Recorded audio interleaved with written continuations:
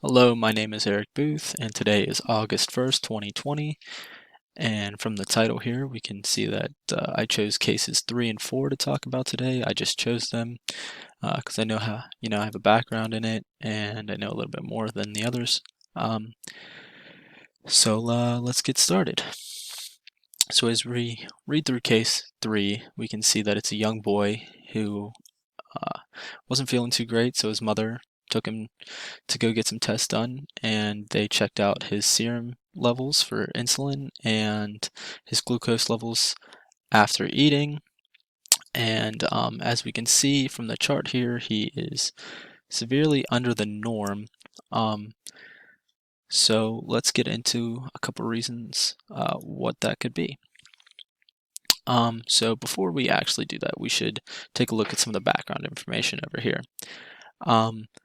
So as we know, insulin is a hormone that regulates blood glucose levels. It's an inverse relationship, meaning that as we see increased insulin levels, the blood glucose levels will be smaller. So increased blood glucose would show many signs or many symptoms, but important to us would be polydipsia and polyuria. So polydipsia is an increased thirst due to an increased concentration or osmolality in our blood, which basically makes us thirstier. It makes our body want to consume more water to make it more isotonic. So correlated to that, as we're taking more fluids in, we also need to get rid of them, which would be the polyuria, where we're seeing more urination due to the increased fluids. A couple more things would be that glucose is the main source of energy in our body, which is a given, but I bring that up because we also have a few others, such as fats and proteins. We don't really see protein breakdown too much because it's more of a starvation method where we don't really want to break down a protein. However, we do see fat for energy, which could be the case for this young boy.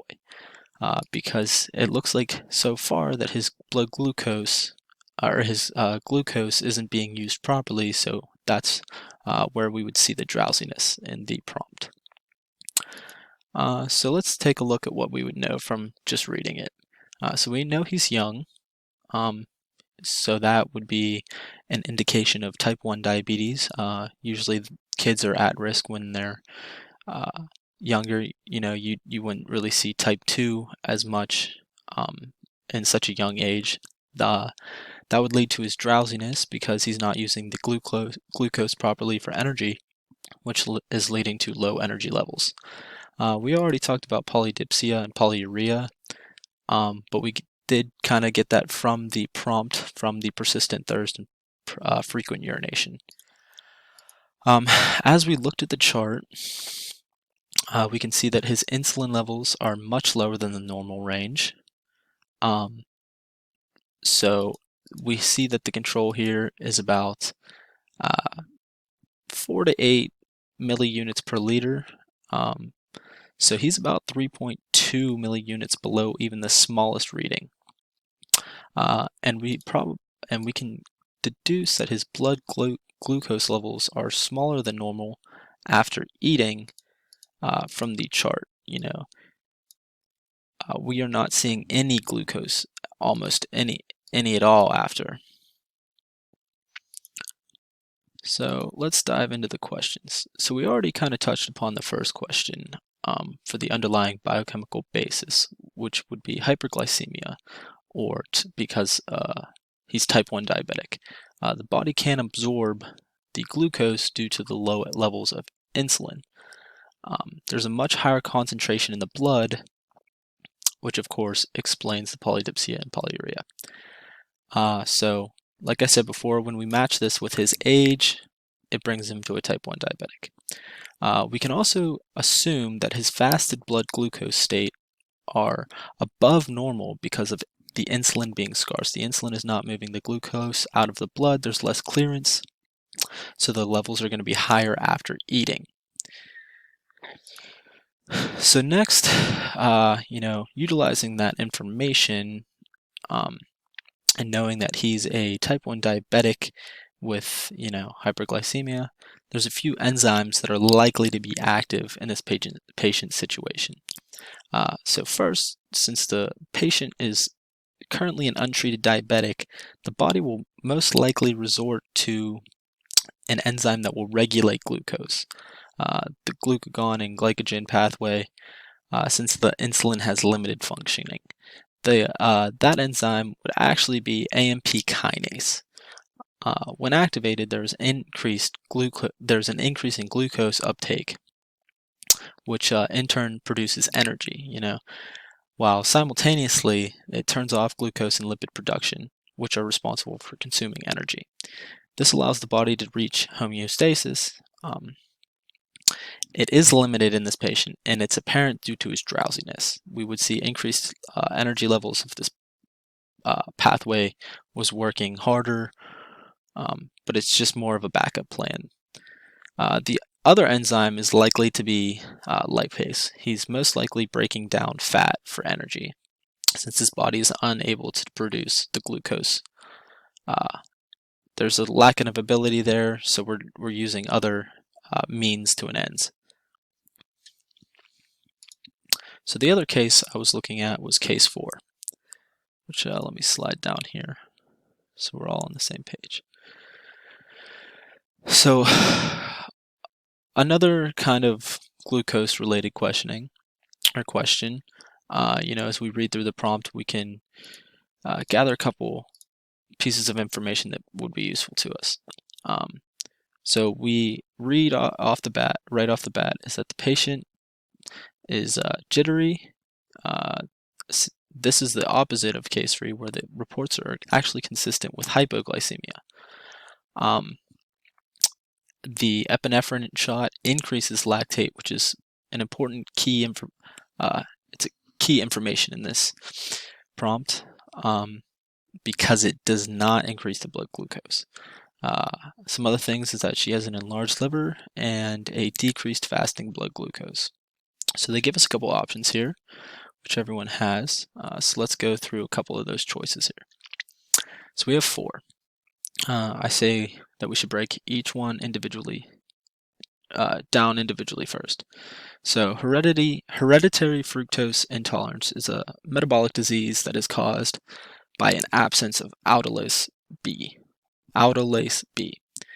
Basically, ingestion of fructose causes hypoglycemia. Option B is galactosemia. Excuse me. This translates to galactose in the blood. Galactose is not a simple sugar, so basically there's undigested sugars in the blood. Option C, which would be the glycogen storage disease, changes the way that our body stores glycogen, and it's due to a missing enzyme. The fourth option would be G6PD, or the glucose 6-phosphate dehydrogenase deficiency, which is homolysis of blood cells in early males, or almost exclusively males. Homolysis is, death of blood cells, so it's not really an option that we're looking at currently. The information that they gave us doesn't really lead to that, so we can kind of rule that one out, but we'll go over it later anyways. So for option A, HFI, the symptoms here that we see would be nausea and vomiting, abdominal pain and gas, chronic fatigue, and some nutrients aren't absorbed as well. So far this is not seen by the baby. So we're not really leaning towards A really after looking at the symptoms, because the baby's not really showing any of those common symptoms. As we move on to B, we see some more symptoms not seen by the baby, which is vomiting and loss of appetite. Obviously, the baby is eating a whole lot more, so we can kind of rule that one out as well. Next, we get to C, which would be the actual correct answer, as I kind of gave away right here. But that would be an enlarged liver or kidney, low blood sugar levels, high levels of lactate, and these are all shown by the baby. Now, we see the lactate from the epinephrine shot, so that's how we get to that. It's not really there. It's kind of like an underlying factor. Some other symptoms that we would see in older patients, not necessarily the baby, would be impaired growth and delayed puberty, bone thinning, and mouth ulcers. And that's just because she's 2 months old. It's likely that we would see these if this was untreated and caught late.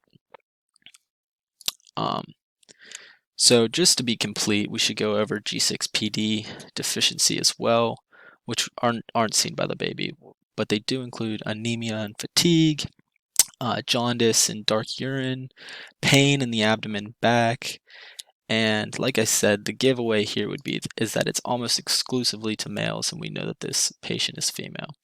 Other things would be the rapid heart rate and shortness of breath, and we know that this one is triggered by infections in certain drugs.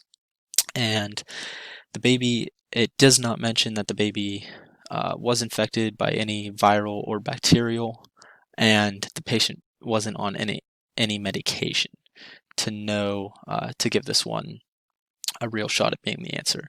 So the final answer here would actually be the glycogen storage disease. And I have a couple sources here. I looked at, of course, all of the options and found symptoms. That was my way of going about getting to the answer. If you have any questions, please let me know, and thank you for watching.